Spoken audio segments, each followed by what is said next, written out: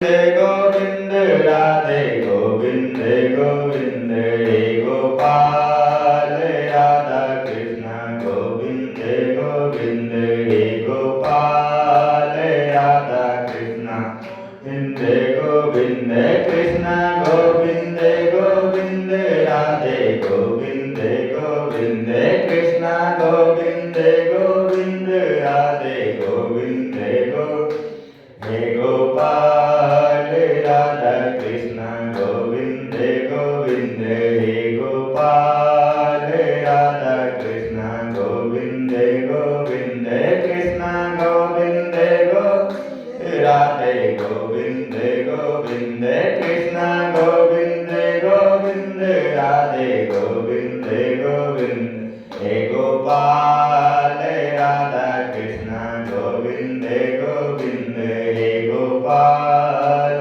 राधा कृष्ण गोविंद गोविंद। बोले वृंदावन बांके बिहारी लाल की जय, राघवेंद्र सरकार की जय, हनुमान जी महाराज की जय। जय जय श्री राधे।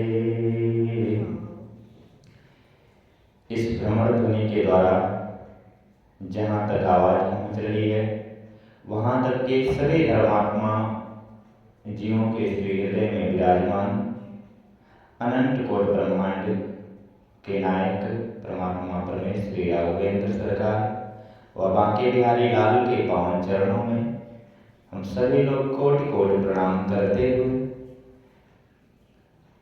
कार्तिक महात्म के कथा में हम सभी लोग प्रवेश करेंगे। ऐसी कार्तिक महात्म की कथा कि जीवों के कल्याण के लिए इस कथा की महिमा को स्वयं देव ऋषि नारद जी पितामह ब्रह्मा जी से पूछते हैं। क्यों पूछते हैं?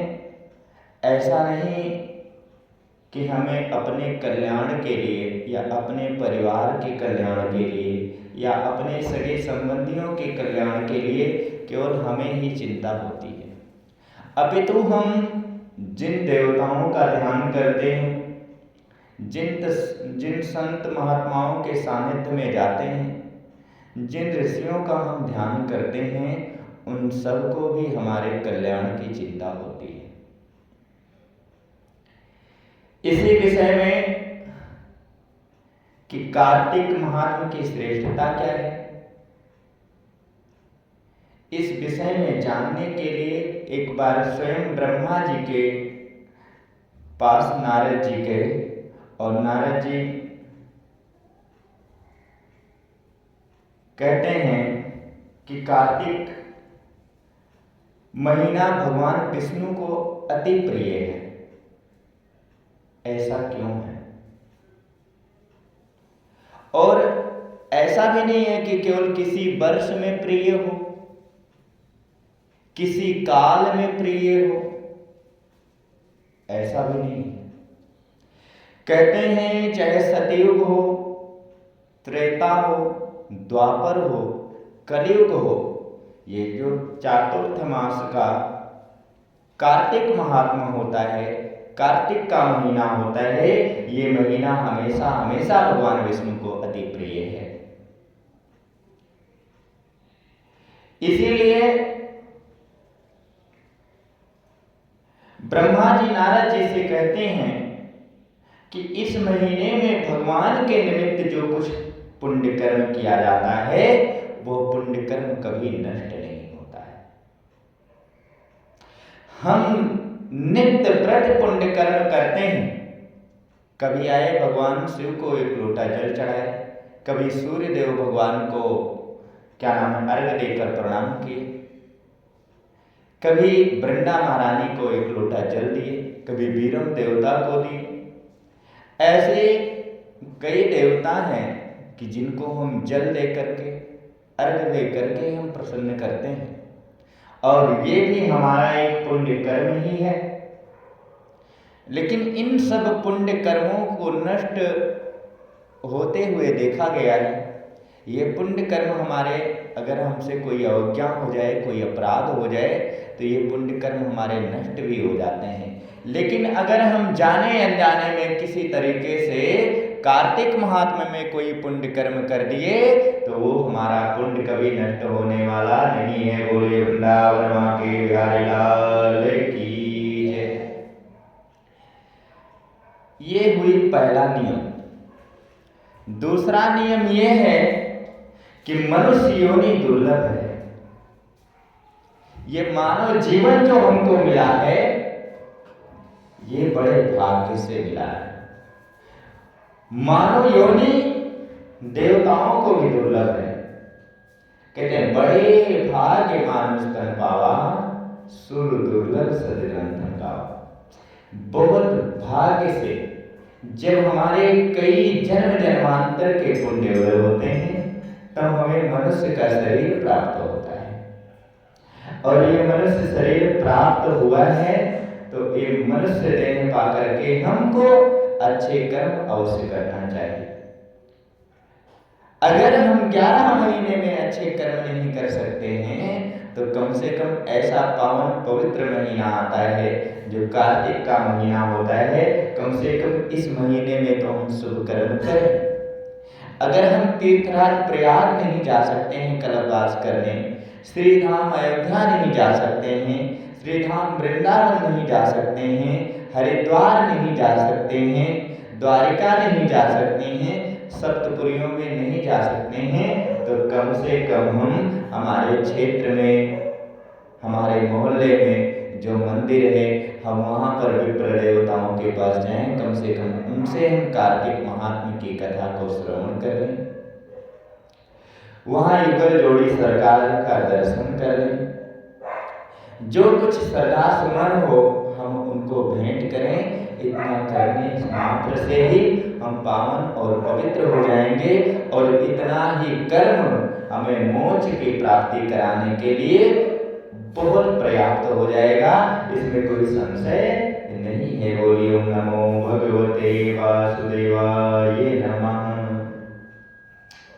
आगे कहते हैं कि हम श्रेष्ठ कर्म इसलिए करते हैं कि हमको या हमारे परिवार को या हमारे सगे संबंधियों को या हमारे वंश में किसी को भी पुनः नीचे न गिरना पड़े, वो आवागमन से मुक्त हो जाए, उसको मोक्ष की प्राप्ति हो जाए। इस महीने में समस्त देवी देवता आम जनमानस के समीप होते हैं, और इस महीने में किए हुए स्नान, दान, भोजन, व्रत, स्वर्ण, चांदी, भूमि एवं वस्त्र आदि के दान का देवता जो है वो विधि पूर्वक ग्रहण करते हैं, बिना कोई नियम के। और भगवान के उद्देश्य से जो कुछ भी कार्तिक महीने में दान दिया जाता है, उसका उसे अच्छे फल की प्राप्ति हो जाती है। अच्छे का मतलब कि वो कभी नहीं नष्ट होता है, वो दिन प्रतिदिन बढ़ता ही रहता है। ये महिमा होती है। अन्नदान का महत्व अधिक है। अन्नदान महादान में आता है। अन्नदान का महत्व इसलिए अधिक है क्योंकि मानव जीवन जो है वो अन्न पर ही आधारित है। इसलिए अन्नदान महादान। अन्नदान करने मात्र से ही हमारे जीवन के सभी पाप हमेशा हमेशा के लिए जलकर भस्म हो जाते हैं।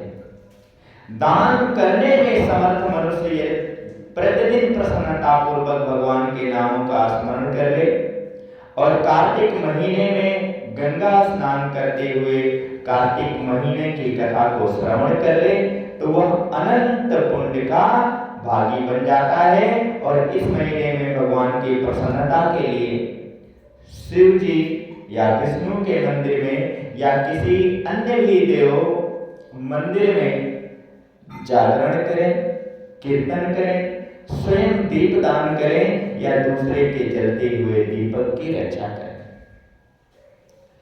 मैं पहले भी माताएं आती हैं दर्शन करने, तो मैं उनको भी बताता रहता हूं कि अगर किसी की दीपक जल रही, किसी कारणवश आपने पंखा चला दिया या हवा का झोंका लग गया, उससे दीपक ठंडा हो गया।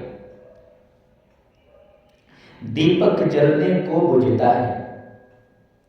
दीपक कभी बुझ भी गया तो जलने के लिए देखिए हमारी कोई रक्षा कर रहा है या नहीं, तो उस दीपक को हमें पुनः जागृत कर देना चाहिए, उस दीपक की रक्षा करना चाहिए, स्वयं दीपक जलाना चाहिए।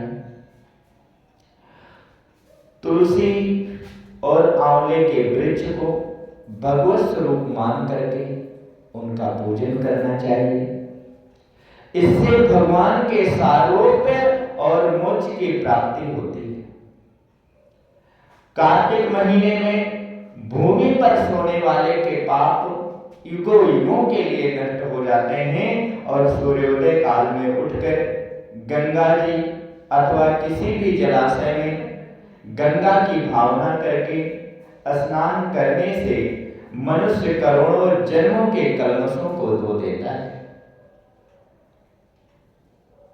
अगर हम गंगा जी में नहीं जा सकते हैं तो अपने घर पे टब में पानी भरें, उसमें एक बूंद गंगा का जल डालें और गंगे च यमुने चैव गोदावरी सरस्वती नर्मदे सिंधु कावेरी जलेस्मिन् सन्निधिं कुरु, ऐसा मन में भाव रखते हुए कि गंगा यमुना जो भी नदियां हैं वो सभी आवे हमारे इस जल में निवास करें, ऐसा भाव रखते हुए उस जल से हमको स्नान करना चाहिए। और गोविंद गोविंद हरे मुरारी, गोविंद गोविंद मुकुंद कृष्ण, गोविंद गोविंद रथांग पाणे, गोविंद दामोदर माधवेति। ऐसा मन में भगवान के नामों का स्मरण करते हुए, भगवान के नामों का चिंतन करते हुए, भगवान के स्वरूप का चिंतन करते हुए, ध्यान करते हुए इस प्रकार संपूर्ण कार्तिक महीने में प्रतिदिन भगवान का कीर्तन करें, गायन करें। जो मनुष्य कार्तिक में प्रतिदिन गीता जी का पाठ करता है उसके समान भी कोई पुण्य नहीं।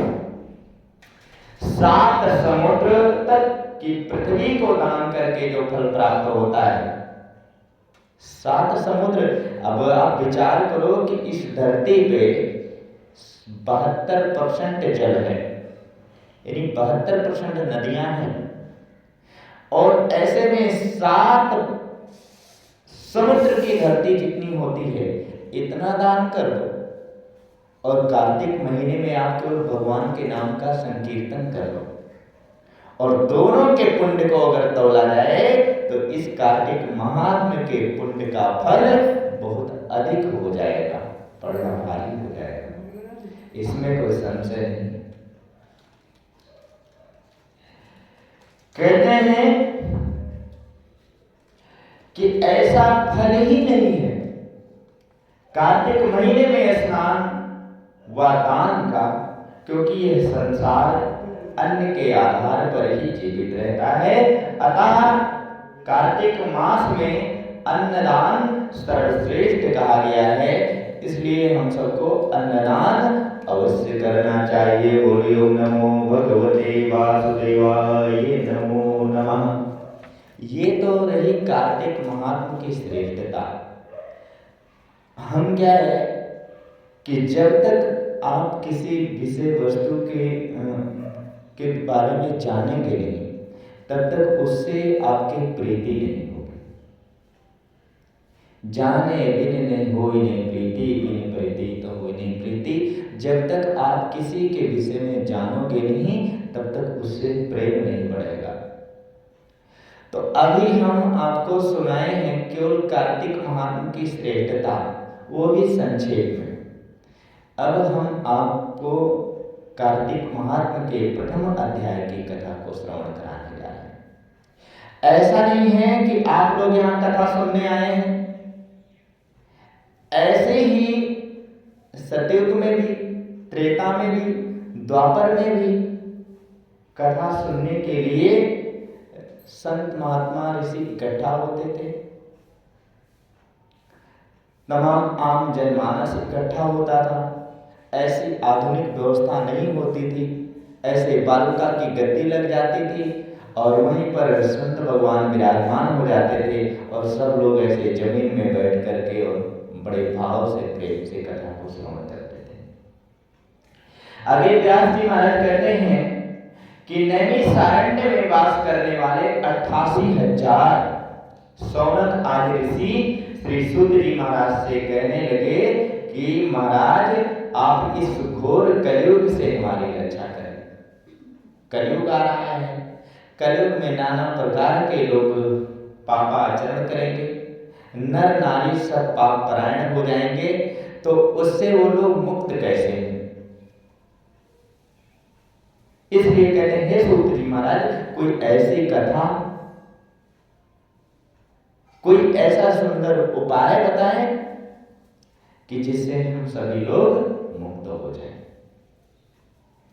सूत जी महाराज कहते हैं, हे ऋषियों, भगवान कृष्ण में तुम्हारी ऐसी अटल निष्ठा और भक्ति को देखकर मैं तुमसे कार्तिक महात्मा की श्रेष्ठ कथा को कहता हूं, जिसके सुनने मात्र से मनुष्य के सारे पाप नष्ट हो जाते हैं और वो मनुष्य वैकुंठ की प्राप्ति कर लेता है।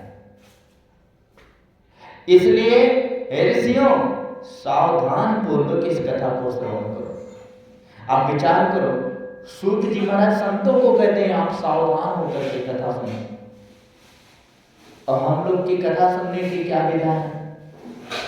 आते हैं तो पहले एक दूसरे से हाल चाल पूछने लगते हैं। कथा में आए हैं, हम सबसे पहले भगवान से बड़ा कोई नहीं है। इनके दरबार में पहुंच गए, इनके चरणों में अगर हम पहुंच गए तो हमें कुछ पूछने की आवश्यकता नहीं किसी से। पहले हम इनसे अपना कनेक्शन जोड़ें और फिर जो आए हैं हम उनसे जोड़ लें। अगर इनसे कनेक्शन जुड़ गया तो फिर संसारी हमसे भाग ही नहीं सकता है, वो अपने आप दौड़ दौड़ के आएगा, कनेक्शन जोड़ेगा। इसलिए कहते हैं आप सावधान होकर के कथा को श्रवण करें। कहते हैं कार्तिक महात्मा की कथा को सुनने मात्र से हमारे जीवन के पाप नष्ट हो जाते हैं, वैकुंठ की प्राप्ति हो जाती है। सावधान होकर के कथा को श्रवण करना चाहिए। सूची कहते हैं, एक समय श्री नारद जी ब्रह्मलोक में गए और सब जगत के कर्ता श्री ब्रह्मा जी को प्रणाम करके अति विनीत भाव से उनसे कहने लगे हैं कि महाराज आप समस्त जगत के कर्ता हो, सर्वज्ञ हो, इसलिए आप धर्मोपदेश की कोई सुंदर कथा कहिए, क्योंकि मैं भगवान का भक्त और आपका दास हूं। तथा आप कार्तिक मास की कथा भी कहिए, क्योंकि मैं भगवान का भक्त हूं और भगवान की कथा में हमारी रुचि है, हमारी प्रीति है। कहते हैं, मैंने सुना है कि कार्तिक मास भगवान को अत्यंत प्रिय है और इसमें किया हुआ व्रत तथा दान अनंत फल को देने वाला होता है। ब्रह्मा जी कहते हैं, हे पुत्र, अगर आप कहते कि केवल हम अपने कल्याण के लिए इस कथा को श्रवण करना चाहता हूं, तो मैं कदापि नहीं सुनाता। लेकिन तुम सब लोगों के उपकार के लिए, आम जनमानस के कल्याण के लिए तुमने मुझसे बहुत सुंदर प्रश्न किया है। हे पुत्र, कुरुक्षेत्र, पुष्कर तथा हिमालय का वास तथा दूसरे यज्ञ तप व्रतादि का इतना फल नहीं है जितना कि कार्तिक के महीने का है। इसका फल अजेय है। कहते हैं आश्विन शुक्ल एकादशी पूर्णिमा या तुला संक्रांति से इस व्रत को आरंभ करना चाहिए। कहते हैं अब इसकी जो दूसरी विधि है, दूसरा नियम है, कहते हैं प्रातः काल ब्रह्म मुहूर्त में उठना चाहिए, अपनी नित्य क्रिया से निवृत्त होकर के 12 अंगुल के सुगंधित वृक्ष का दातून करें। श्राद्ध के निमित्त सूर्य चंद्र ग्रहण के दिन प्रतिपदा, अमावस्या, नवमी, छठ, एकादशी तथा रविवार को दातून न करें। जिस दिन दातून ना मिले सके या ना करनी हो उस दिन 12 बार कुल्ला करें, जिससे मुख अत्यंत शुद्ध हो जाएगा। और जब 2 घड़ी की रात्रि रह जाए तो काले तिल, चंदन, चावल, फूल और भूसा को लेकर के तालाब, नदी या नदियों के संगम पर जाएं। तालाब आदि से लेकर नदियों के संगम तक क्रम से क्रम 1 से 1 में 10 गुना फल होता है और तीर्थ में तो अत्यंत ही फल होता है। स्नान के समय भगवान से प्रार्थना करें कि हे भगवान, आपकी और श्री लक्ष्मी जी की प्रसन्नता के निमित्त मैं कार्तिक मास का स्नान करूंगा। इस प्रकार व्रत करने वाला पुरुष ऐसा कहकर श्री गंगा जी, शिव और विष्णु का ध्यान करके नाभि पर्यंत जल में प्रवेश करके अच्छी तरह स्नान करके जल से बाहर आकर शुद्ध वस्त्र को पहने तथा तिल आदि से देवता, ऋषि, मनुष्य और पितरों का तर्पण करें। स्नान के पश्चात बकरी और भेड़ के पैरों से उठी हुई धूल से बचना चाहिए, अन्यथा इस धूल से आयु तथा लक्ष्मी का नाश होता है। कुत्ता, कौवा, ऊंट, उल्लू, गांव का सूकर, मुर्गा, दीवा, छाट, खाट, जूता, झाड़ू इनका स्नान के पश्चात नहीं छूना चाहिए और ये छू जाए तो पुनः स्नान करना चाहिए तथा छींक, थूकना, वासी लेना, झूठ बोलना, विधर्मियों से बात करना, इससे भी अशुद्धता होती है। जो दाहिने कान को छूने से शुद्ध होता है, इसी प्रकार स्नान तर्पण के पश्चात चंदन, पुष्प और फल आदि से भगवान को अर्घ्य देवें और भगवान से प्रार्थना करें कि हे भगवान, राधा सहित आप मेरे इस अर्घ्य को ग्रहण करें। बोलिए ओम नमो भगवते वासुदेवाय नमः। इस प्रकार प्रथम अध्याय की कथाएं विराम होती है। हम सभी लोग भगवान का नाम लेते हुए भगवान की मंगल में आरती करेंगे, प्रसाद लेंगे। कल पुनः फिर इसी समय उपस्थित होकर के हम भगवान के कथा को श्रवण करेंगे और धीरे धीरे जैसे जैसे संख्या बढ़ती जाएगी वैसे वैसे इस कथा का आनंद भी बढ़ता जाएगा। देखिए, कथा का नियम है कि प्रथम दिवस में तो आयोजक लोग या 2-4 भगवत प्रेमी ही इकट्ठे होते हैं। धीरे धीरे इसकी प्रतिक्रिया बढ़ती जाती है और ये पूर्णाहुति तक एक अपना विशाल रूप ले ही लेता है। लाल की जय श्रीमन्नारायण नारायण नारायण श्रीमन्नारायण नारायण नारायण भजमन नारायण नारायण नारायण श्रीमन्नारायण नारायण नारायण लक्ष्मी नारायण नारायण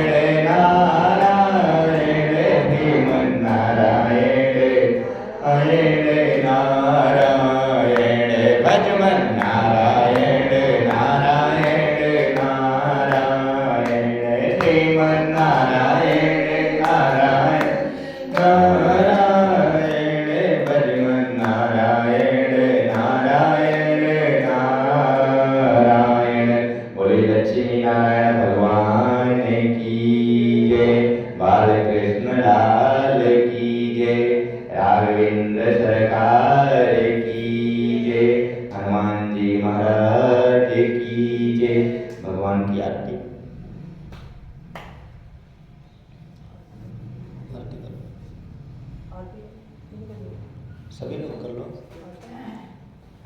ओम जय जगदीश हरे स्वामी जय जय दीनानाथ हरे भक्त जनों के संकट दास जनों के अवगुण बंसी वाला दूर करे। ओम जय जगदीश हरे जो नावे फल पावे दुख बिन से मन का स्वामी दुख बिन से मन का सुख संपत्ति घर आवे श्याम सुंदर घर आवे कष्ट मिटे तन का। ओम जय जगदीश हरे मातु पिता तुम मेरे शरण कहूँ मैं किसकी स्वामी शरण पढ़ूँ मैं किसकी तुम बिन और न दूजा प्रभु बिन और न दूजा आस करूँ मैं किसकी। ओम जय जगदीश हरे तुम पूर्ण परमात्म तुम अंतर्यामी स्वामी तुम अंतर्यामी पार ब्रह्म परमेश्वर जगत पिता जगदीश्वर तुम सबके स्वामी। ओम जय जगदीश हरे तुम करुणा के सागर तुम पालन करता स्वामी तुम रक्षा करता मैं मूर्ख खलगामी मैं सेवक तुम स्वामी कृपा करो भरता। ओम जय जगदीश हरे तुम हो एक अगोचर सबके प्राणपति स्वामी सबके प्राणपति किस विध मिलूं दयालु किस विध मिलूं बंसी वाले तुमको मैं कुमति।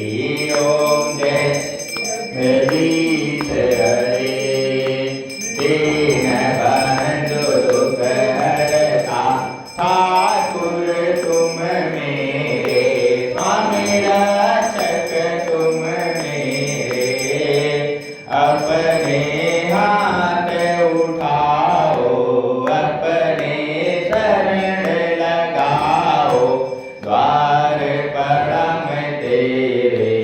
ओम जय जगदीश हरे विषय विकार मिटाओ पाप हरो देवा स्वामी कष्ट हरो देवा सरदा भक्ति बढ़ाओ सरदा प्रेम बढ़ाओ संतन की सेवा।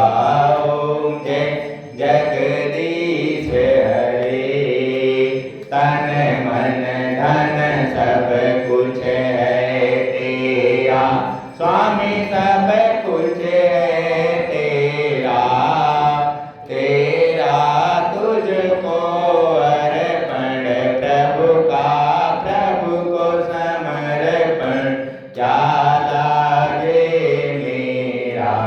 ओम जय जगदीश हरे श्याम सुंदर जी की आरती जो कोई जन गावे स्वामी प्रेम सहित गावे कहत शिवानंद स्वामी मन भजत हरि हर स्वामी सुख संपत्ति पावे।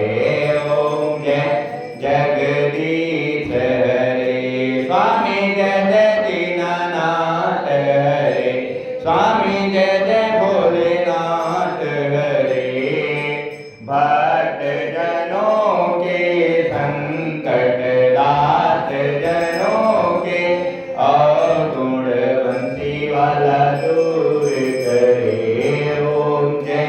जगदीश हरे।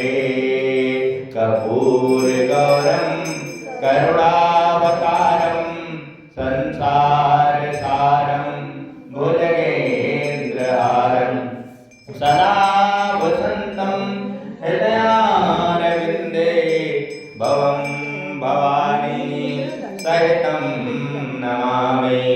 त्वमेव माता च पिता त्वमेव बन्धो सखा त्वमेव विद्या द्रविणं त्वमेव सर्वं मम देव। अच्युतं केशवं राम नारायणं कृष्णं दामोदरं वासुदेवं भजे। श्रीधरं माधवं गोपिका वल्लभं जानकी नायकं रामचंद्रं भजे। सबका भला करो भगवान, सब पर दया करो भगवान। सबका भला करो भगवान, सब पर दया करो भगवान। हे पूर्ण परमात्मा पापों का कर खात्मा, विश्व बने धर्मात्मा हम सब तेरी आत्मा। हे पूर्ण परमात्मा पापों का कर खात्मा, विश्व बने धर्मात्मा हम सब तेरी आत्मा।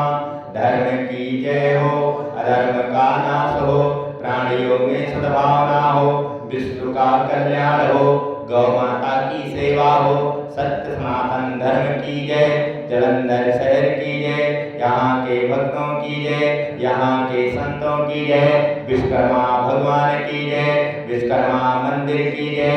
आदि शक्ति जगत जननी जगदम्बा मैया की जय, नगरवर्ती की जय, क्षेत्रपाल देवता की जय, दिग्पाल देवता की जय, समस्त देवी देवताओं की जय। राघवेंद्र सरकार की जय, बांके बिहारी लाल की जय, भक्त और भगवान की जय। हनुमान जी महाराज की जय, आज के आनंद की जय। ओम नमः पार्वती पते, हर हर महादेव। जयकारा वीर बजरंगी, हर हर महादेव।